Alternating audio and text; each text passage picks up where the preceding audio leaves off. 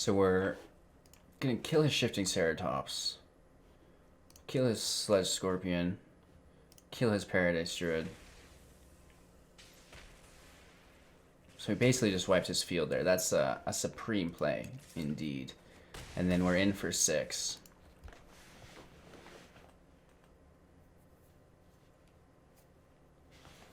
Maybe we'll give him a hello, good game. Thrashing Brontodon, sure.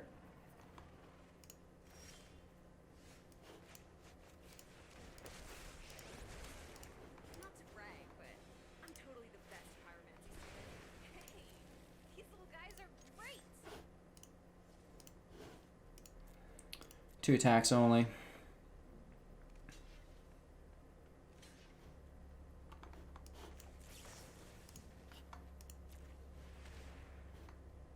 Oh, cancel. We need to target his person. That will double trigger Spawn of Mayhem, dealing 6 damage. This will be 7 once it goes. And 8. So, that is the ideal line of play as far as this deck goes. Again, if you have more Chandra, Acolyte of Flames, you can definitely bump that number up from 1 to 2.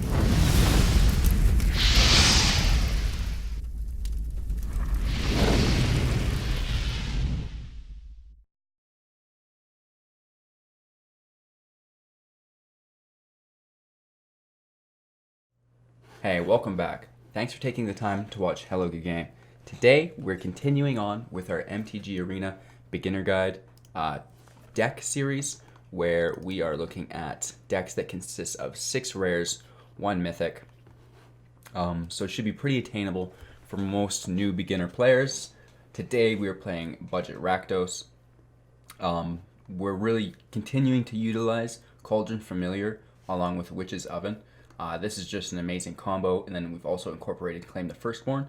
So we're going to gain control of an opponent's creature and then sacrifice that with our Oven or our Priest of Forgotten Gods. And now again, if you want to play this deck and you have more of these rares and mythics than I do, definitely incorporate them into the deck and trim other things, right? Because obviously a deck with 4 Priests of the Forgotten Gods or 4 Midnight Reapers, etc., is going to be much more consistent and therefore much more better for you.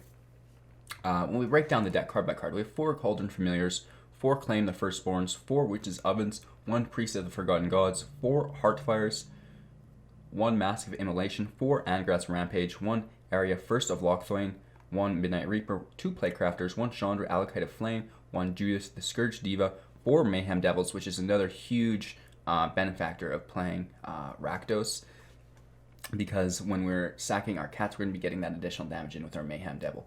We also have 2 Rakdos Lockets, 1 Rankle, Master of Pranks, 1 Clackbridge Troll, 12 Swamps, 12 Mountains. Clackbridge Troll utilizes Sacrifice as well, because your opponent's going to be sacrificing these goats. So with Mayhem Devil out, that's great for that. And also, if you guys have any Fabled Passages, these need to go into the deck as well, because that also has a sacrifice effect, and now you're able to trim your lands a little bit better as well. So if you have more Fabled Passages, incorporate those as well. What's up, Oro? Thanks for stopping in, really appreciate it. We're playing Budget Rakdos today, just doing a little bit of an intro for my YouTube channel, so bear with us. And then we're going to put in a couple of the life gain lands as well, just make it a little bit more consistent, and then we can budget our lands there. We're going to save this deck and get right into some matches.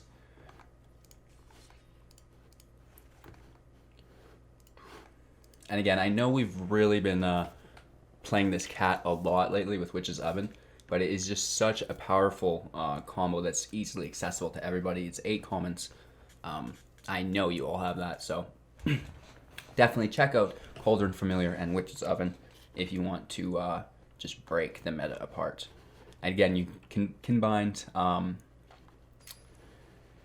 Mayhem Devil with that as well for even more sauce. All right, let's see what we can get into today. We're missing some lands, which we can't really stand for.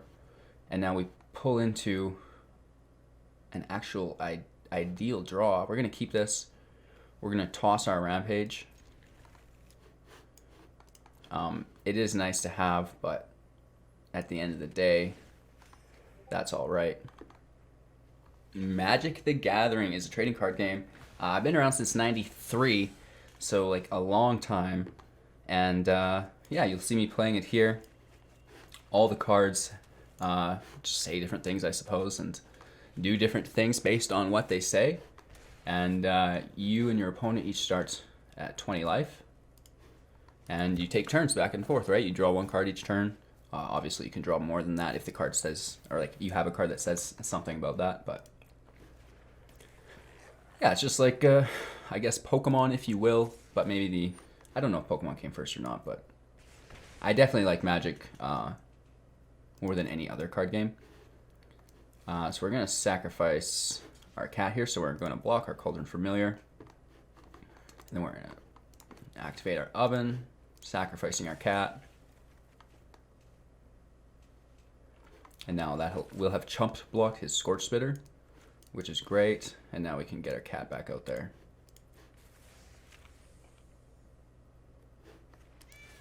And do this at the end of your turn, not during our block phase, because he could still have a shock, right?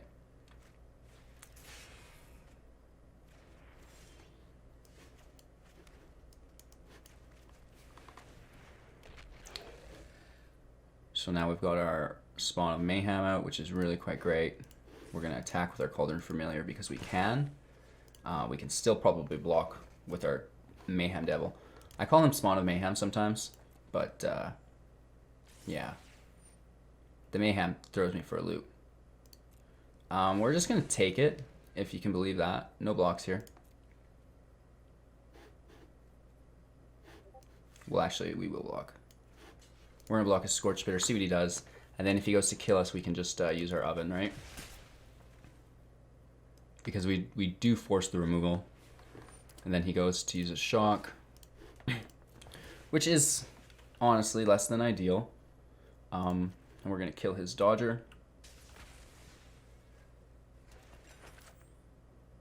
Yeah, this is definitely a sacrifice deck for sure. A little bit of aggro in there, but definitely the synergy is focused around the sacrifice.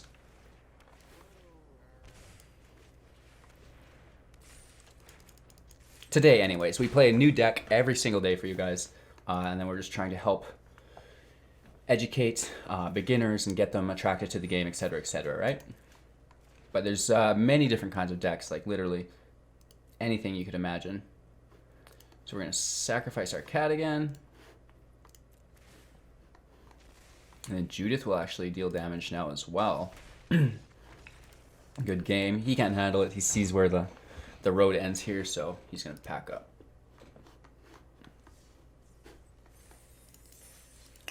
And again, this is probably one of my most favorite combinations as far as budget decks go. It's just so powerful. Spawn of Mayhem, Judith, yeah, Mayhem Devil. I keep saying Spawn of Mayhem, even though that's not it, and I've said that's not it. That'll be a pattern you continue to see.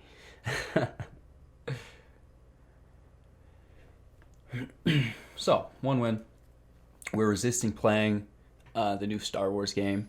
We're continuing to put out content for everybody here, rather than just kind of distracting ourselves, so that's what we're doing and dealing with.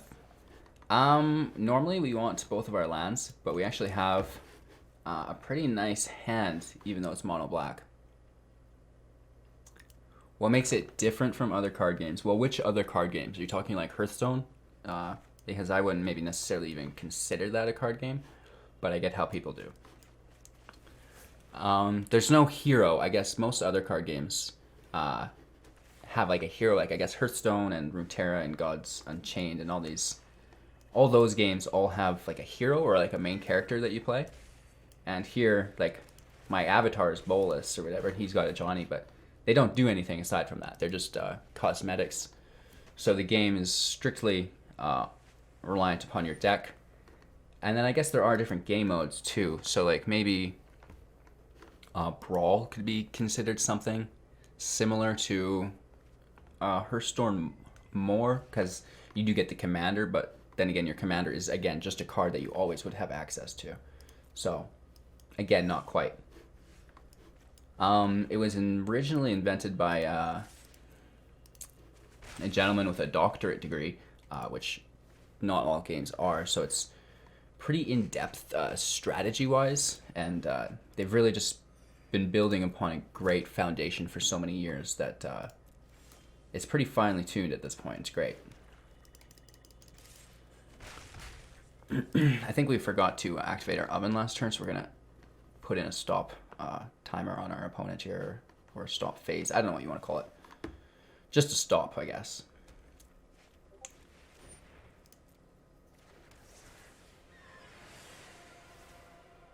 Yeah, there's not really any special stuff. It's just, it is what it is. Obviously, there's cards that are better than others, right? But, I mean, you should know that as a player, and just try to include some of those cards into your builds. I like it a lot more. It's just my preference, I suppose. I don't want to hate on other card games as well either, because as a content creator, I actually am looking at these other games to try to get into. How have we not drawn a mountain? What world do we live in?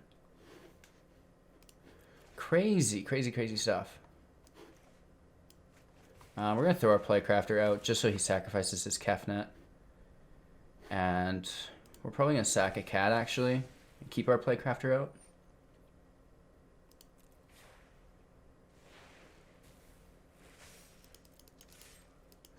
Now we can get that attack, and we're going to end our turn and put that stop back up for our Witch's Oven. I definitely recommend checking out. It's free to play.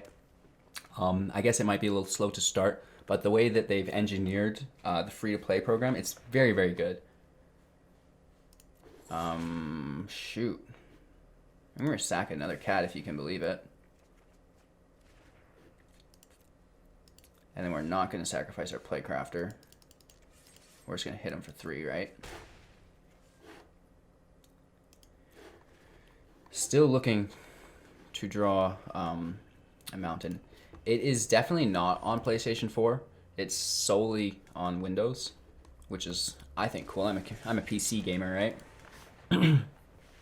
But maybe one day. Magic the Gathering does have games on PlayStation 4 and Xbox, but they're old versions. It's called Magic Duels of the Planeswalkers, I think, or Magic Duels.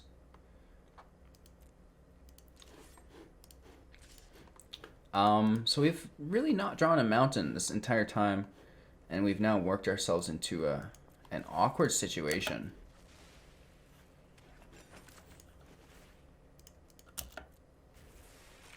So maybe we can just eat him down with our cats if we can get it going. We definitely need a mountain so we can get rid of his Liliana. Okay, so I guess I could break down this for you. You have Planeswalker cards as well, so it says Legendary Planeswalker. It costs quite a bit, and it has different abilities, whereas the creatures just have plain text generally. So these could be considered similar to the Hearthstone heroes, I guess. So we're going to have him sack his Planeswalker. So that's going to kill his Liliana. He's oopsing me, which is never a good sign. Bro, definitely get a PC. PCs are like where it's at. Sell those other things and get a PC. I don't want to be an advocate of piracy, but, you know, PC life, right? You can torrent anything. Obviously, there's online games that I can't do that for, like this.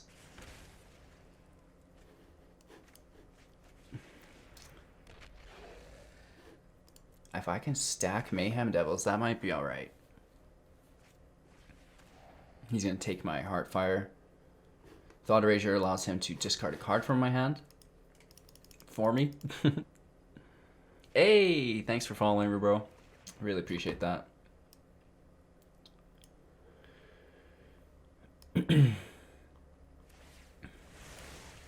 He wipes the field. Alright. To be expected.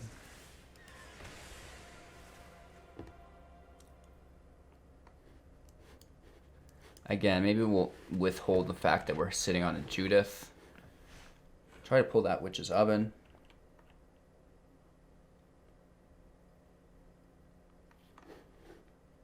I think he's basically got it wrapped up though here with his Chandra.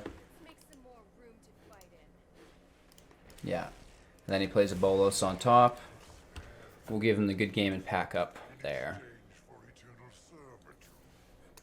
Yeah. Nico Bolas is one of the strongest planeswalkers in the game. Always has been. So another really fun thing about Magic the Gathering that other card games might not have, I guess Pokemon would, but there's a lot of lore behind it. So there's books, there's like audios, etc., etc. Like years worth of like just fantasy material if you're interested in that, right? And it's really high quality, really good. So that, I guess that's another thing that makes it stand out from the others. And then it's just a huge community. So there's a ton of different game modes to play with all of the same cards, right? There's a standard mode that's everything the last like 4 months, or not 4 months, last year. And then things like modern, which are everything for the last 20 years or whatever, right? So that's pretty cool.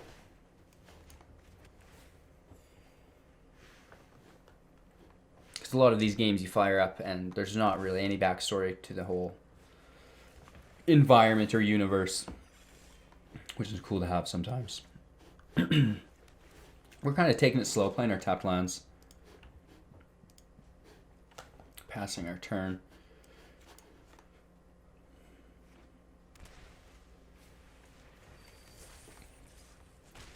So he's seeing some sort of elemental build, which is fine as long as we can avoid removal.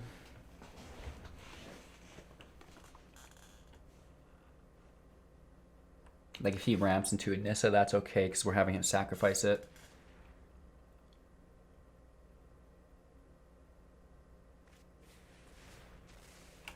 Alright, he's actually taking damage here because he's sacrificing his own creatures as well. Because it's a universal effect, which is really cool.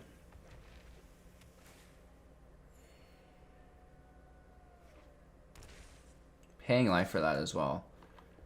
That's a little bit crazy to me.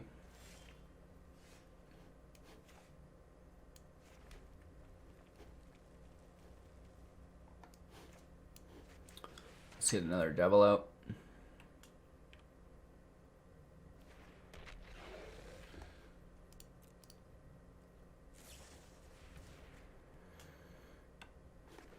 Gross Spell allows him to draw. We're going to try to push some damage. Healer of the Glade is an elemental, so he's going to want to keep that to buff it, but I guess here willing to trade with it instead.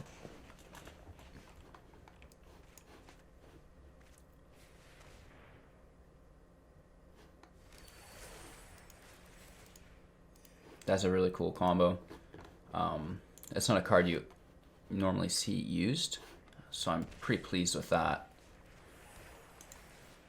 Choose target creature card with converted mana cost 1 in your graveyard, then do the same with converted mana cost 2 and 3. Return those cards to the battlefield. So he was able to take the creature that he Neil formed back, and then his blocker back. Very cool.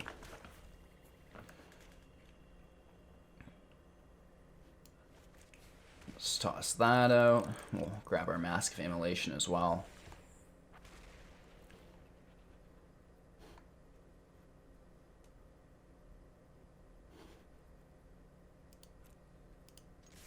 And then we're still going to aggro in pretty aggressively.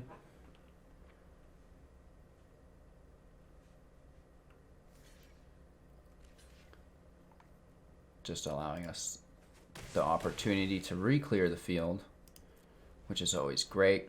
And we can deal 2 damage to anything.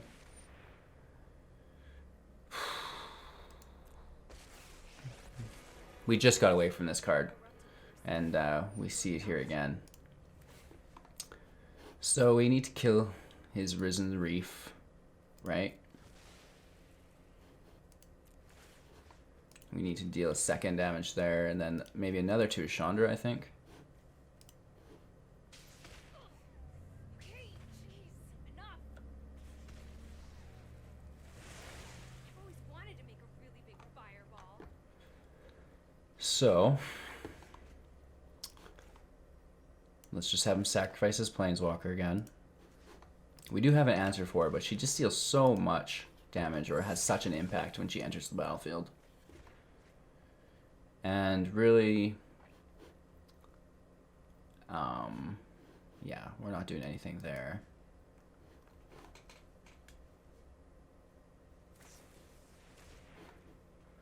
Once upon a time.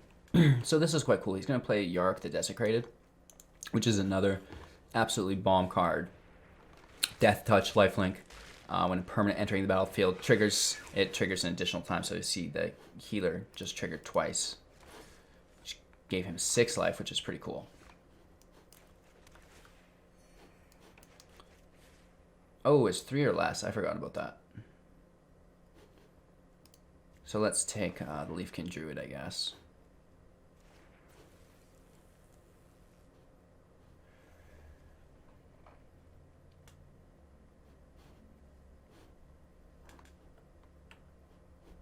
I guess let's just do it the slow way. Right? Let's tap it for...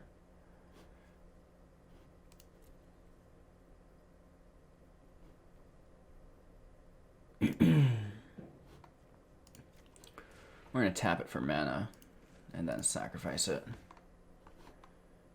Again, doesn't really deal any damage, but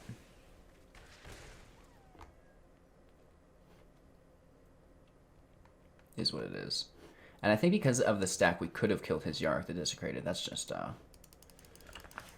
maybe player error there. I'd have to watch the replay on that. I wasn't sure in which way the sacrifice would resolve, is why I was unclear and played it safe. The moon looks intriguing tonight. Speaking of the moon, we're just coming off a batch of full moons, which is pretty cool.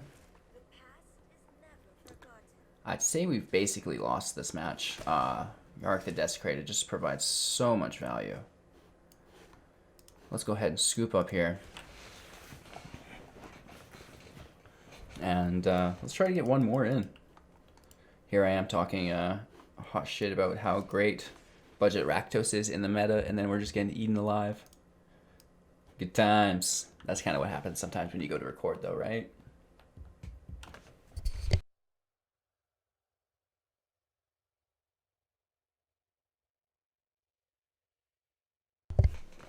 So, let's make this our last match of the day. If any of you guys are still with me, I really appreciate you for watching.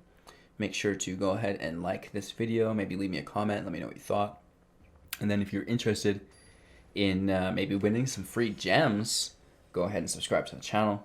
Once you've done that, you can go ahead and check out our Hello Good Game main YouTube page, and you can scroll to the bottom. We'll have like a bunch of playlists. And then the last playlist is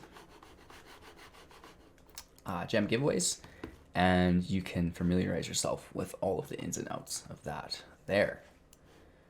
I kept the hand because we have 2 Mayhem Devils, which I really like.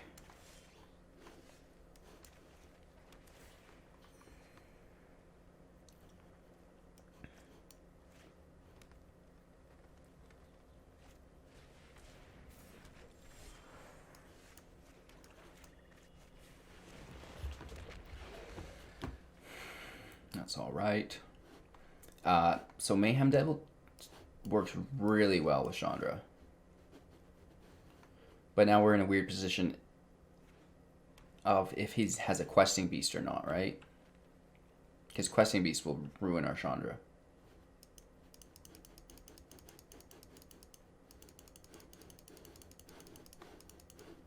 I think he does have a Questing Beast, and he's just like debating on whether he ramps more or plays it.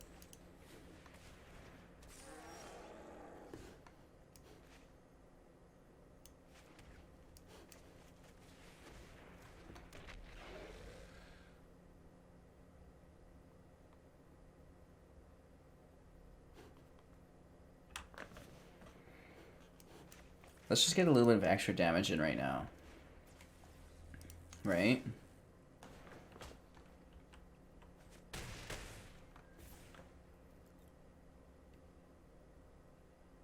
That'll shift his focus away from the sacrifice effect.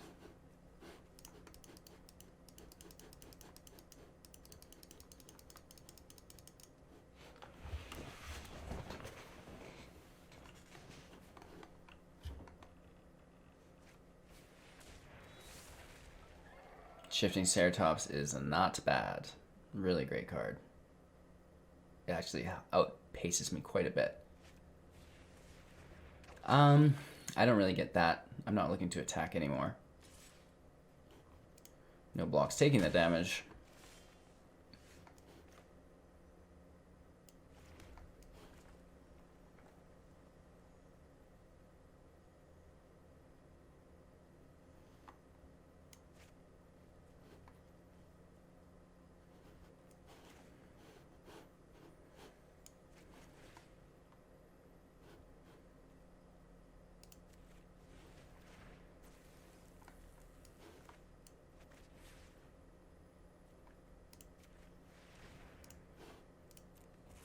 So we're gonna kill his Shifting Ceratops, kill his Sledge Scorpion, kill his Paradise Druid.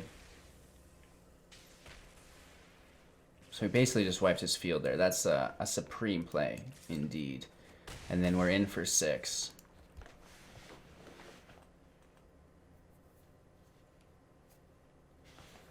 Maybe we'll give him a hello, good game.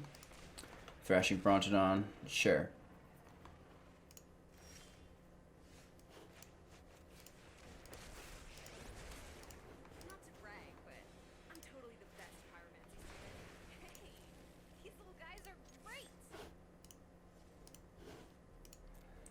Two attacks only.